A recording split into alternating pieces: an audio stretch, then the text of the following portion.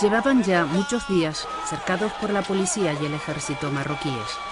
Sabían que podía suceder en cualquier momento, pero realmente no lo esperaban.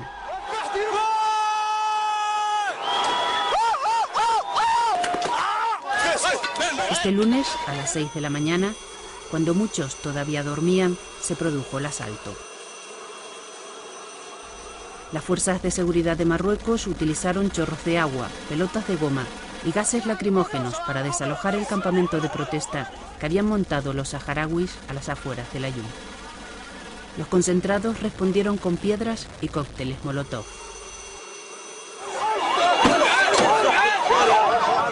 Dos horas después, el campamento quedaba arrasado.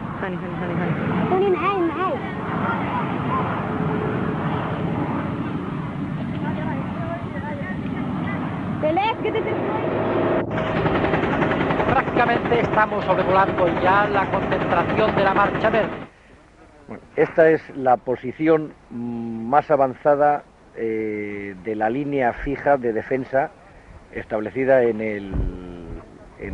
por las fuerzas españolas en el sector del Sáhara para defender la penetración de la Marcha Verde en caso de que intenten seguir hacia adelante. Inicialmente había la convicción, sobre todo entre los militares, los españoles, que España defendería la condición de provincia española y que los marroquíes no entrarían.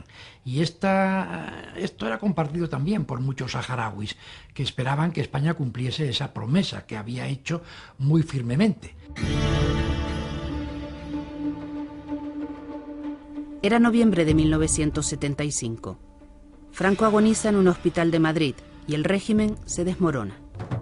El rey de Marruecos, Hassan II, envía a decenas de miles de civiles a tomar posesión del Sáhara Occidental, hasta ese momento provincia española. Naciones Unidas ya había iniciado el proceso para celebrar un referéndum de autodeterminación en ese territorio. Mientras que España sigue en Nueva York diciéndole al secretario general de Naciones Unidas, Kurt Waldheim, nosotros queremos descolonizar el territorio según digamos, las directrices de Naciones Unidas, el gobierno de Madrid lo que hace es una negociación paralela con las partes, sobre todo con Marruecos, y en plena Marcha Verde hay pues, negociaciones, hay enviados especiales que se reúnen con Hassan II, y eso concluye en unos acuerdos que son los llamados Acuerdos de Madrid, que se firman pues, un 14 de noviembre de 1975. En los Acuerdos de Madrid, España cede a Marruecos y Mauritania todos sus poderes como potencia administradora y anuncia su salida definitiva del Sáhara. Aviones y barcos fletados especialmente están sacando a nuestros compatriotas hacia las Islas Canarias, donde un comité de recepción se encarga de buscarles alojamiento. Diego Carcedo narró para Televisión Española el abandono del Sáhara. Y España, pues sin dar muchas explicaciones, empezó a retirar las tropas españolas progresivamente. Las tropas españolas se iban retirando, iban abandonando los cuarteles y las bases españolas, y detrás, algunas horas después, venían los marroquíes y aquello lo iban ocupando. El antiguo Sáhara español es hoy un territorio ocupado en su gran mayoría por Marruecos, en el que la población saharaui representa apenas un 20% frente a la mayoría de colonos marroquíes. El desierto está dividido por un muro que separa a la zona administrada por Marruecos de la que controla el Frente Polisario. 150.000 saharauis viven bajo la bandera de la República Árabe Saharaui Democrática en los campamentos de Tinduf. En el territorio ocupado ha habido protestas en los últimos 35 años, pero la del campamento de Yein Isik llama a la atención por su origen. La gente está harta, no puede soportar más lo que hay. O sea, a un saharaui, por el hecho de ser saharaui, no se le da, no tiene acceso a un trabajo, es imposible, por ser saharaui, no por sus conocimientos, ni nada. Están completamente vetados a todo.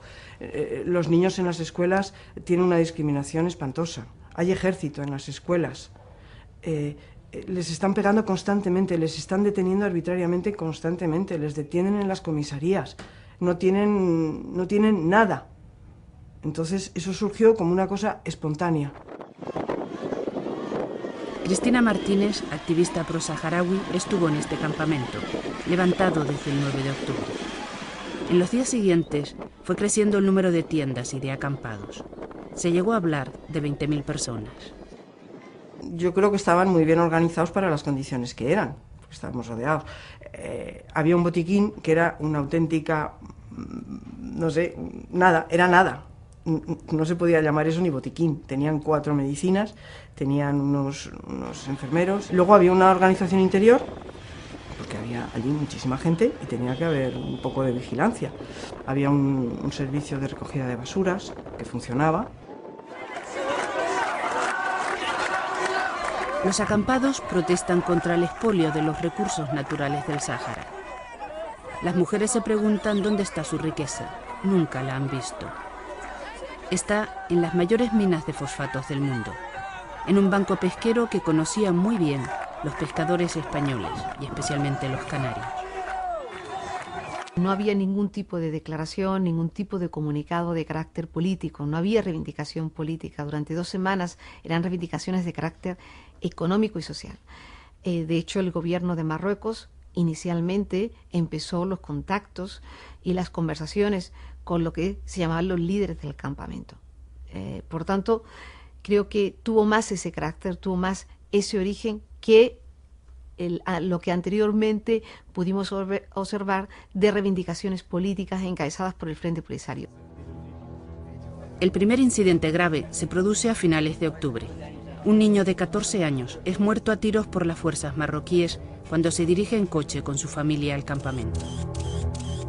Aumentan los enfrentamientos entre los que están dentro y los de fuera, y en la mañana del día 8 se produce el asalto.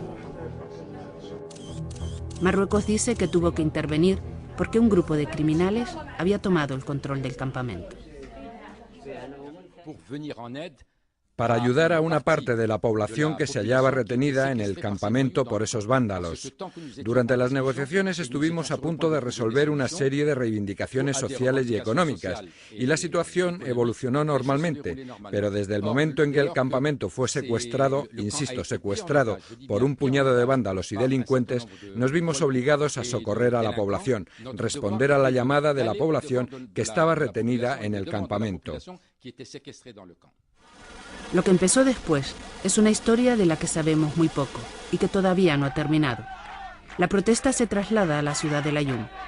Hay manifestaciones en las calles, quema de vehículos y asalto a edificios. Represión policial.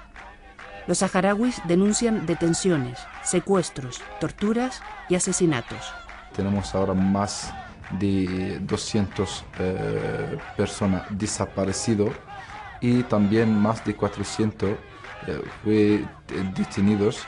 También tenemos ahora más de 13 niños de 3 meses hasta 3 años, 4 años, sin familias. Viven ahora con familias saharauis en sus casas. ¿Dónde están sus familias? Que es posible que fue muertos o algo así. A día de hoy Marruecos está enfrentando a una auténtica mafia instrumentalizada por quienes detrás del biombo de Tinduf y Argel están movilizándolos para sabotear el proceso de paz. Ese es el fondo del problema. La situación se está normalizando en el Laayoune. Las operaciones están siendo llevadas a cabo bajo la supervisión del fiscal general, pues somos un Estado organizado y democrático.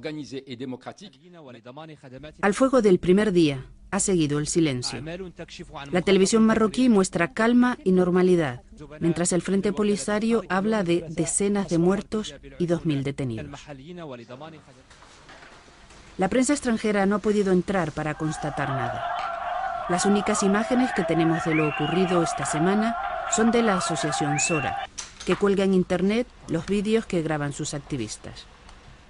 Intentamos hablar con los informadores que están ahora en el Laayoune, pero tienen que abandonar precipitadamente la casa en la que se habían refugiado porque les están persiguiendo. Lo que nosotros sabemos es que están entrando en todas las casas de saharauis donde saben que hay hombres, varones, mayores de 13 años. Se están llevando incluso a jóvenes de 13 años. Están intentando por todos los medios intimidar a la población. Ahora mismo en la ciudad el único control que hay es el que mantiene el ejército. De la muerte de este hombre, Babi Hamadi Bouyema, según recoge su DNI español, sí ha quedado constancia. España ha pedido explicaciones porque se trata de un ciudadano español. Pero el gobierno no ha condenado el asalto y la posterior represión, porque dice le faltan datos. Y eso ha generado una gran frustración en toda la población española, que se siente solidaria y responsable con el Sáhara.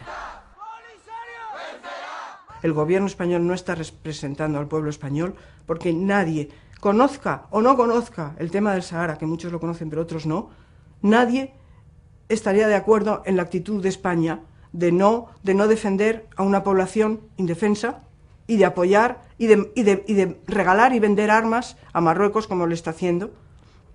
Nadie podría estar de acuerdo con esa situación. Y yo no sé los mecanismos, pero España se tendría que imponer y tendría que estar allí viendo lo que ha pasado y impidiéndolo.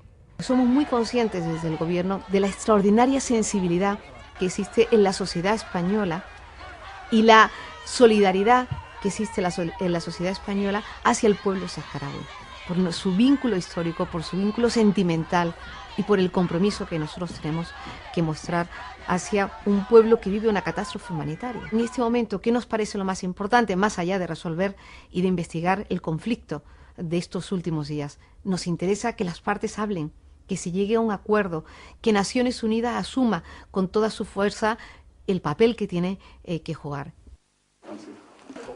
Al día siguiente del asalto al campamento, Marruecos y el Frente Polisario retomaron sus conversaciones informales, cumpliendo el compromiso que habían adquirido durante un encuentro anterior al que corresponden estas imágenes.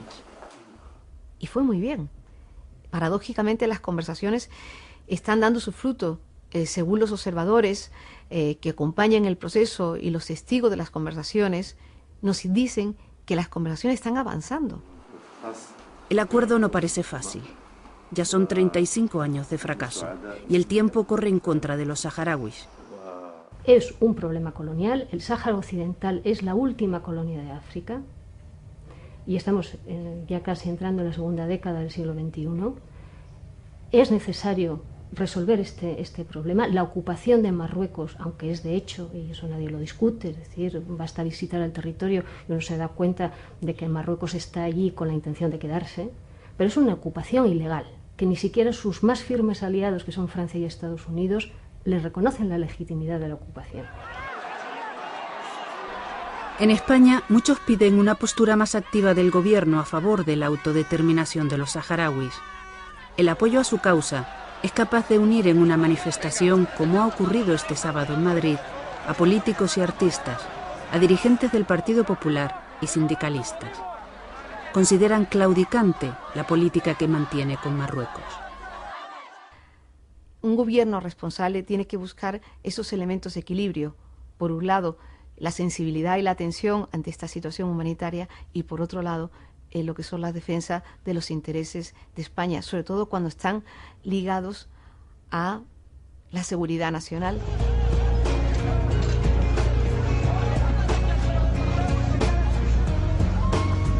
Esta nueva intifada saharaui ha sorprendido a muchos. Refleja el cansancio de un pueblo, la falta de futuro de las generaciones nacidas después del 75. Pero también la esperanza, porque siempre que se lucha hay una posibilidad de victoria.